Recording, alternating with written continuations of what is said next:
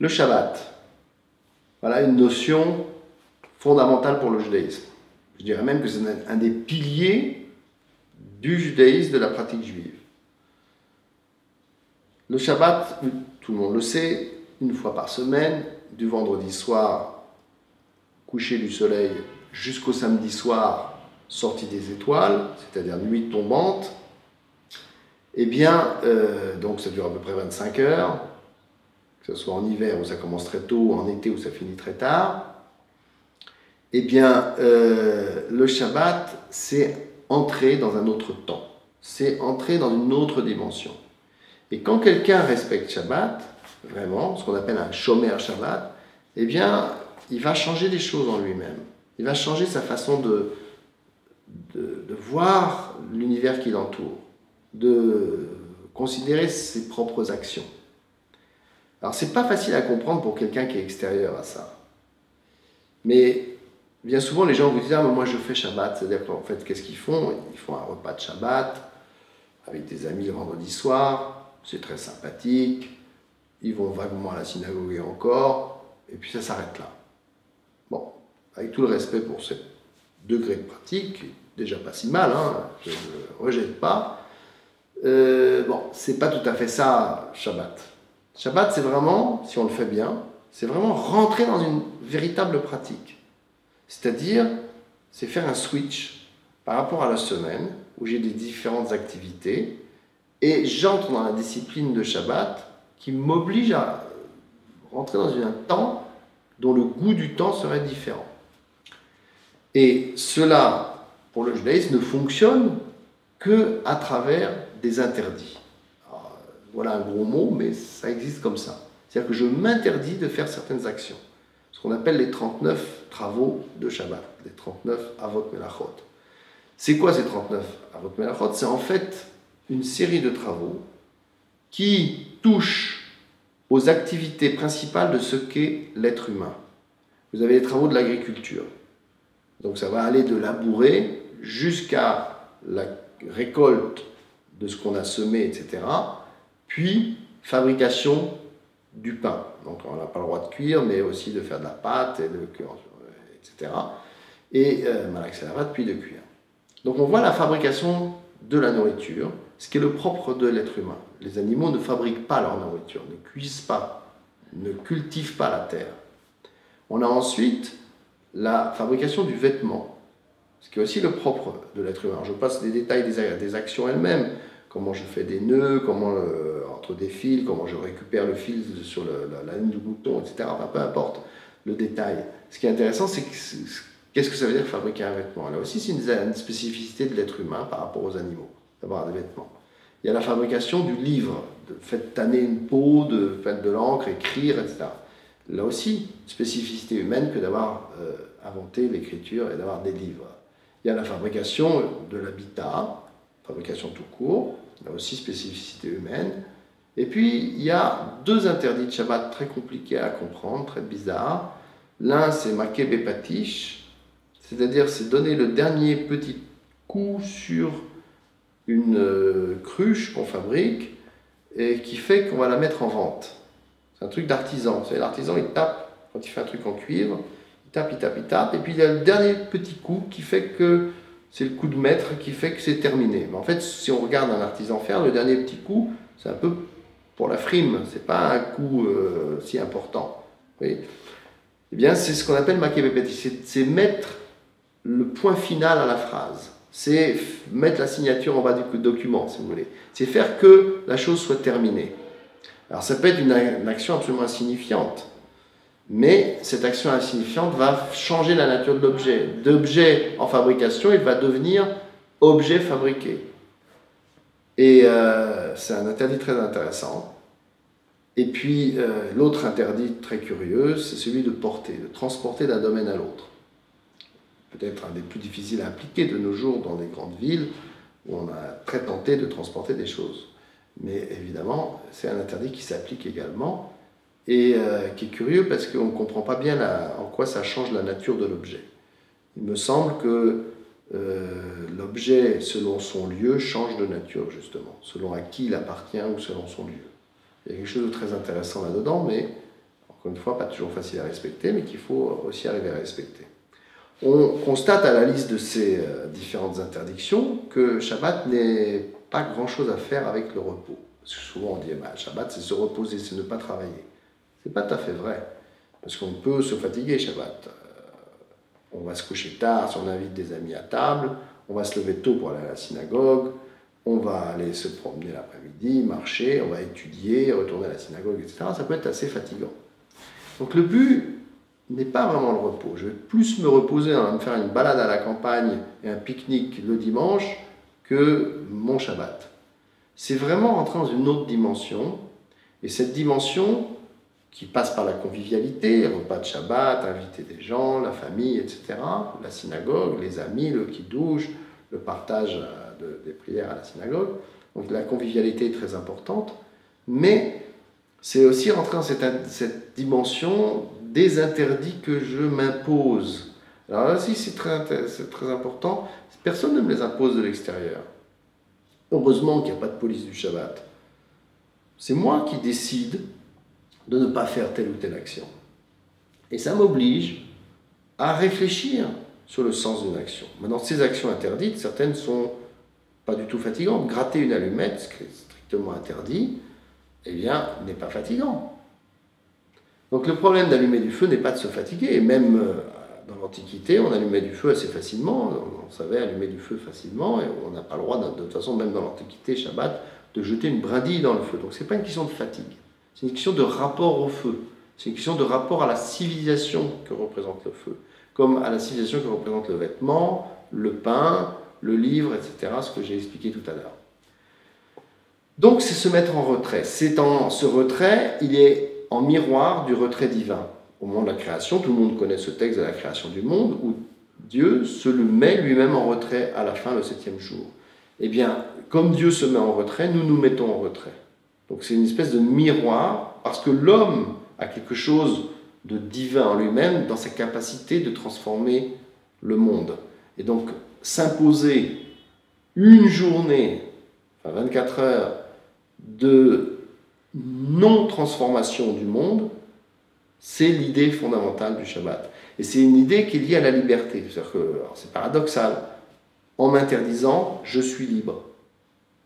Maintenant, cette question soulève évidemment des tas de problèmes de détail. C'est qu'est-ce qui est interdit ou qu'est-ce qui ne l'est pas. Alors c'est assez complexe, je ne vais pas rentrer dans tout cela parce que ce serait beaucoup trop long, mais on a un principe de base. On a une liste de 39 travaux interdits de base. Et puis, ça c'est ce qu'on appelle les avot melachot. Ensuite, on a des toldot, c'est-à-dire des actions qui découlent de ces travaux principaux.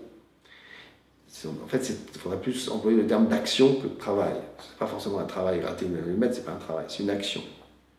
Et c'est une action toujours qui est transformatrice du monde. Et donc, et c'est toujours une transformation positive, pas négative. Et donc, c'est-à-dire fabriquer quelque chose, l'améliorer. Et donc, il y a toute une série d'interdits. Maintenant, quand on pose la question à des enfants, qu'est-ce qu'il ne faut pas faire Shabbat? C'est très intéressant. Statistiquement, la réponse qu'on obtient toujours, c'est « il ne faut pas allumer la lumière électrique ».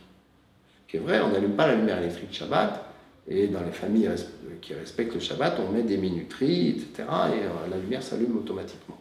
Ce n'est pas de l'hypocrisie, c'est que, souvent les gens vont dire c'est hypocrite. Non, ce n'est pas hypocrite, la machine fonctionne toute seule, et ce n'est pas la même chose d'avoir un pilote automatique ou d'avoir un moulin qui continue à moudre avec le vent que de moi moudre ou de moi conduire sans pilote automatique.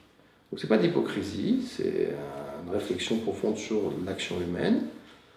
Et la question maintenant de détail va être de savoir est-ce que telle ou telle chose sont interdites. Alors je ne veux pas rentrer dans la discussion qui est très complexe, mais je veux juste la soulever et signaler au large public que le fait d'appuyer sur la gage d'ouverture de la porte d'un immeuble n'est pas forcément un interdit de Shabbat.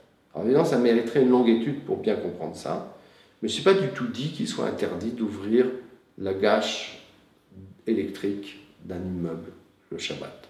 Je dis ça pourquoi? Parce qu'il est courant de voir des gens qui sont chômeurs Shabbat, qui attendent devant l'immeuble que quelqu'un d'autre ouvre la porte pour se glisser derrière cette personne. Bon, pourquoi pas, mais c'est très discutable. Alors, on fera peut-être une autre vidéo pour expliquer le détail de tout ça, mais ce que je veux signaler ici, c'est que le Shabbat n'est pas forcément synonyme d'enfermement, de marginalisation, d'être pointilleux sur des tas de petits détails, et qu'on peut respecter Shabbat de façon peut-être un peu plus abordable, et que c'est toujours valable. Toute personne qui fait une action qui s'interdit quelque chose au Shabbat est déjà dans la dynamique de Shmirat Shabbat, c'est-à-dire de respecter le Shabbat. Par exemple, quelqu'un qui, pour des questions de travail, ce qui est courant de nos jours, ne peut pas bien respecter Shabbat, parce qu'en hiver, son travail finit trop tard, le vendredi, ou alors dans son travail, elle est obligée d'aller quelquefois le samedi au travail. Bon, évidemment, ce n'est pas souhaitable. C'est vraiment pas souhaitable. Mais il n'empêche que quelqu'un qui serait obligé de le faire pour des raisons économiques graves, qui n'a pas le choix, peut très bien s'imposer des mesures shabbatiques, essayer de le faire en transgressant le moins possible, essayer évidemment de ne pas faire de courses, de s'imposer tout un tas de choses, et ça a aussi une valeur. Ce n'est pas que tout Shabbat ou rien. Shabbat, c'est une progression. Et je peux très bien m'imposer une certaine discipline, et puis peu à peu ajouter. Et donc, celui qui respecte Shabbat va faire tout cela. Et maintenant, je reprends l'ensemble et je résume.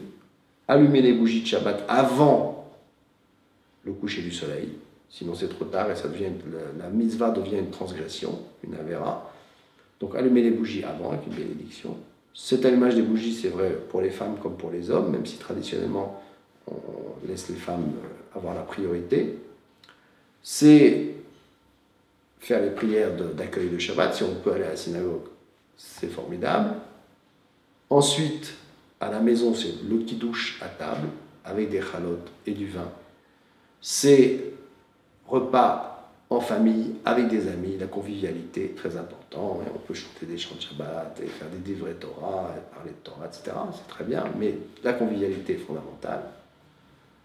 Le lendemain, samedi matin, eh bien, c'est se lever différemment que d'habitude. C'est pas se préparer son café, c'est avoir prévu tout, y compris pour les repas qui resteront dans le samedi, à faire. Tout a été prévu à l'avance, et c'est rentrer vraiment dans ce rythme shabbatique. Aller à la synagogue, encore une fois, si c'est possible, étudier, partager, repas de midi, qui quelquefois peut se prolonger tard dans l'après-midi, avec des conversations, etc. Et je voudrais ajouter un mot sur le Shabbat de l'été, parce qu'en hiver, un Shabbat finit tôt, vers 5-6 heures, ça se termine. En hiver, ça peut durer jusqu'à 11 heures, 10h30, 11 heures. Et avant, ça n'en finit plus, c'est très long. Eh bien, si on le vit bien, dans la dimension de la fin de Shabbat de l'été, vous voyez, qui se prolonge trop, qui est un peu casse-pied, eh bien, une dimension très très belle. Parce que c'est un moment où le temps s'étire, c'est un moment où on peut profiter justement d'une autre dimension, où on peut étudier, bavarder en attendant la fin de Shabbat. Et c'est un moment très précieux. Moi, je trouve très agréable dans les régions où justement il y a des Shabbats très courts et en hiver, enfin, qui rentrent plus tôt, et des Shabbats plus longs en été, d'avoir cette variante. Ensuite, une fois que Shabbat est sorti, c'est à la tombée de la nuit, eh bien, on fait la Havdalah, la séparation du profane et du sacré, et on se sépare de Shabbat Kodesh, c'est la dimension de sacré dans le Shabbat est extrêmement importante, et donc on se sépare de ça par cette petite Havdalah, et on reprend les activités normales. Eh bien, cette dimension de Shabbat, qui peut paraître réservée à des gens très religieux, eh bien, n'est pas quelque chose de très religieux. C'est quelque chose qui, dans le monde juif, normalement, devrait être partagé par plein de gens, même si les gens le respectent avec une certaine souplesse. Mais c'est une dimension essentielle du judaïsme. Et à partir du moment où le peuple juif perd cette dimension-là, il perd beaucoup. Et dans une famille juive, cette dimension, elle est très profonde. C'est ce qui permet de prendre le temps de se parler, ce qui permet de partager, d'aller marcher à pied avec les enfants, etc. C'est des choses vraiment de moments importants, d'étudier, de discuter. Et donc, c'est pas du tout un truc pour arriérés qui croient que Dieu a fait le monde en 7 jours et ils croient qu'ils vont faire... Non, non, non. Shabbat, c'est une vraie dimension spirituelle, une vraie dimension de profondeur. C'est un exercice sur soi, de haute volée. Et c'est arriver justement à donner au temps une dimension pleine. C'est-à-dire de combler ce temps qui pourrait être un temps d'ennui, parce que le Shabbat peut être très ennuyeux si on le fait mal, avec un temps plein de joie, d'étude, de oneg, de bonheur, de plaisir, le plaisir du Shabbat. Et je vous invite vraiment à essayer d'y goûter à ce bonheur.